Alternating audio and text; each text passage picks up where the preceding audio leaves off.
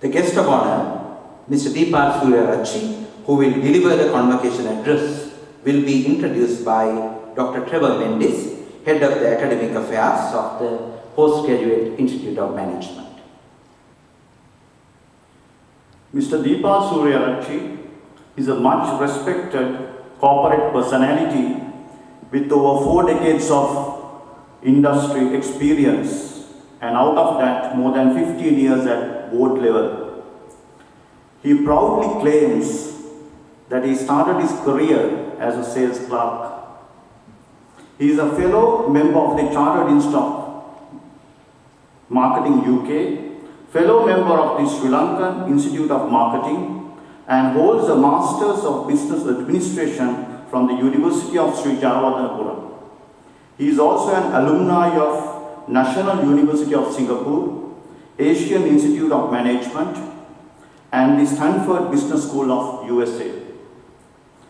Mr. Deepal Surya pioneered in disseminating management knowledge in Sinhala through his book series Sinhala Business and many print and electronic media interventions. He has authored over 15 books in Sinhala and in English, published locally and globally on a wide range of subjects from business to philosophy. Being a leading management development consultant, author, accredited master, coach and a mentor, Mr. Deepal Surya has conducted more than 1,000 various programs in over 12 countries across all 5 continents.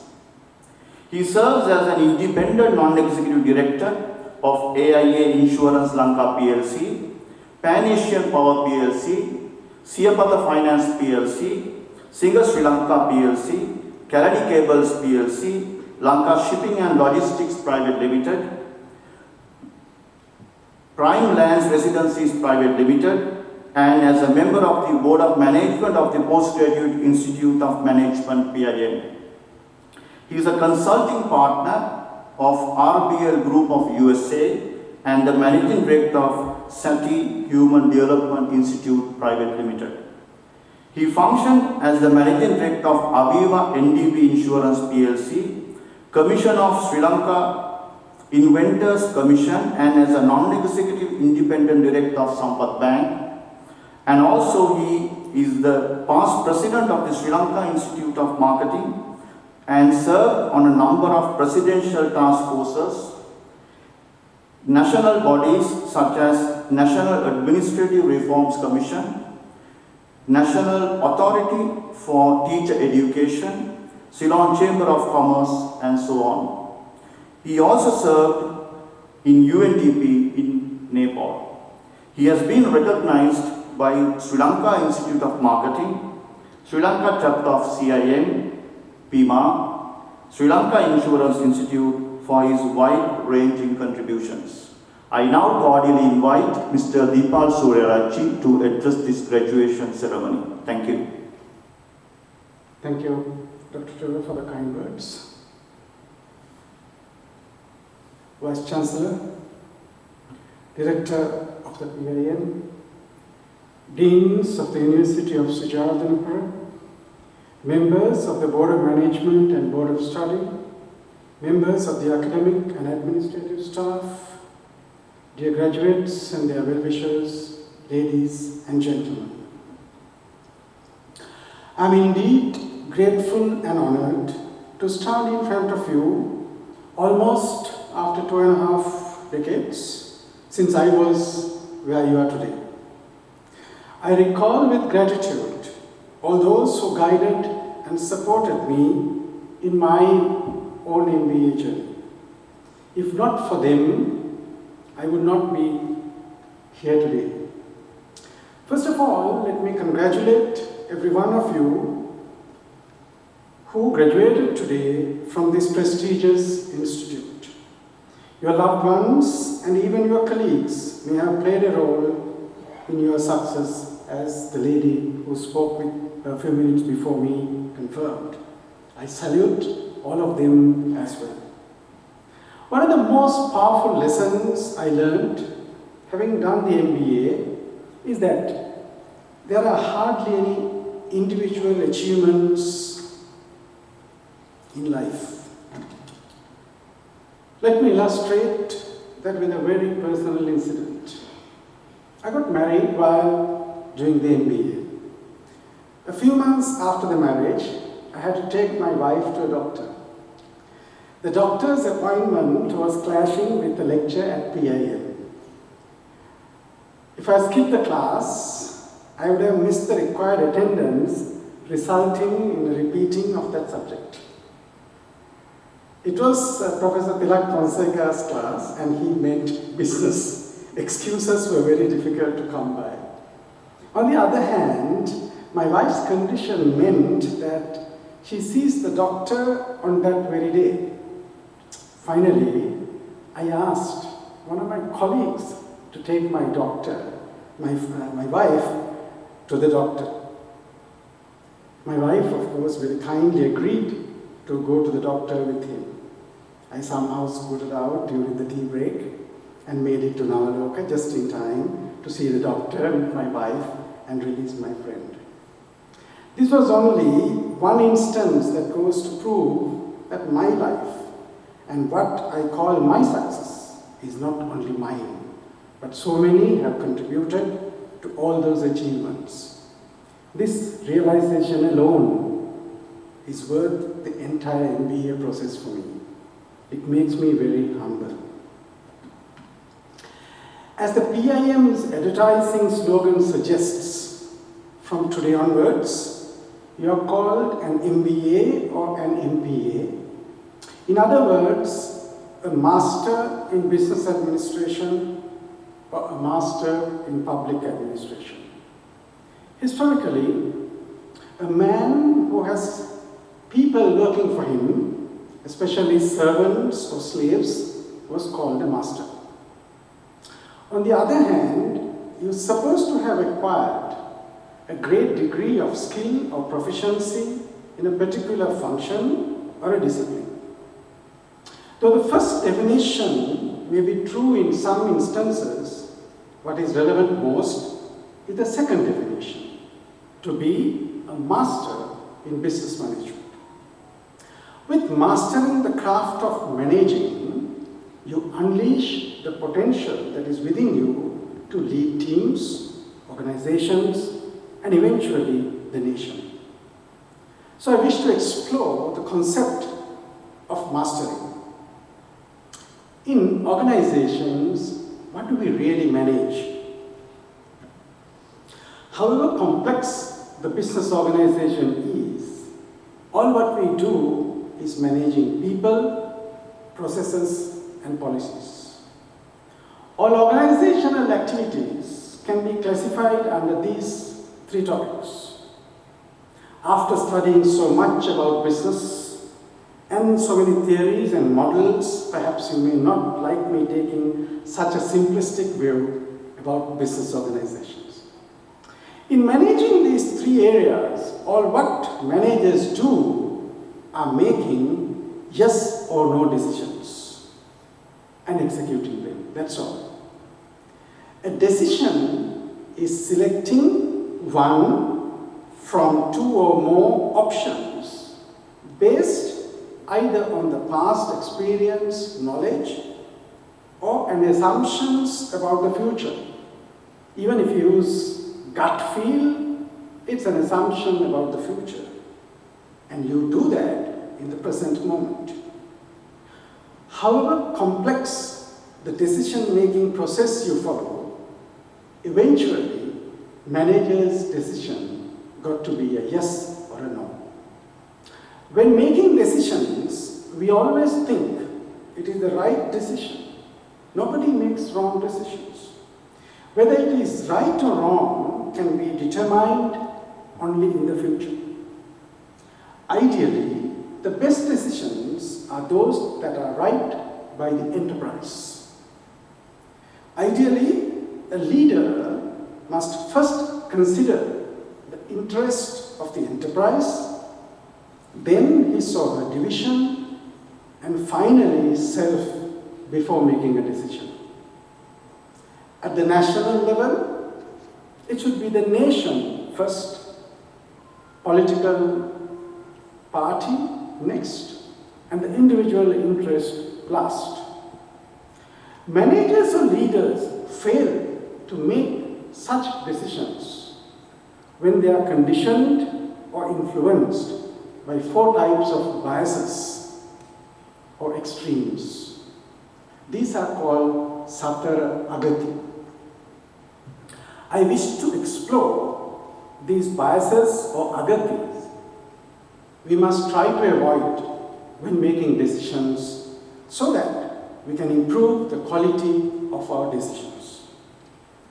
The first bias or agati is chanda.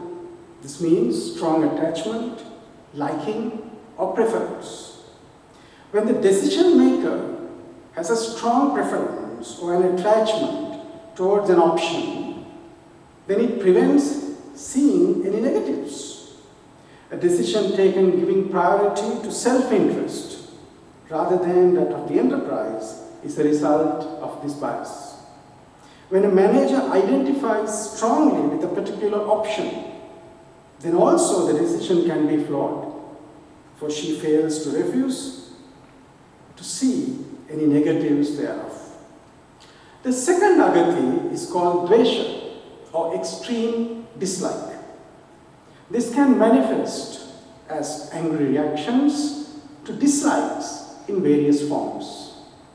When such dislikes exist, those also prevent us making unbiased decisions. They really blur our view. The third agati is called bhaya, or fear. Fear can range from the fear that comes within due to uncertainty or fear to fail, as well as due to various external forces that can cause pressure on the decision maker. This is called decisions made under duress. That's why such decisions in most instances are not acceptable by law. The fourth and the final agati is called moha, or ignorance. This can also be defined as lack of required information or basing the decision on misinformation. For instance, in the Japanese management, they use a concept called gemba and gembatsu to reduce this error of making decisions with moha. That means by observing the actual occurrence at the actual place. If we can avoid these 4 biases or agatis, to a great extent we can make better decisions. Now the second part, to me the most important part of a decision, is execution or implementation of that decision. Unless you give your full attention, focus and commitment to the process of execution, there is no guarantee that the expected results can be achieved. Managers make seemingly good decisions, but often they fail to execute or implement them wholeheartedly. After making a decision, we tend to identify ourselves with the decision, thinking that this is my decision. The moment we identify ourselves with the decision, we bring our own ego into the equation.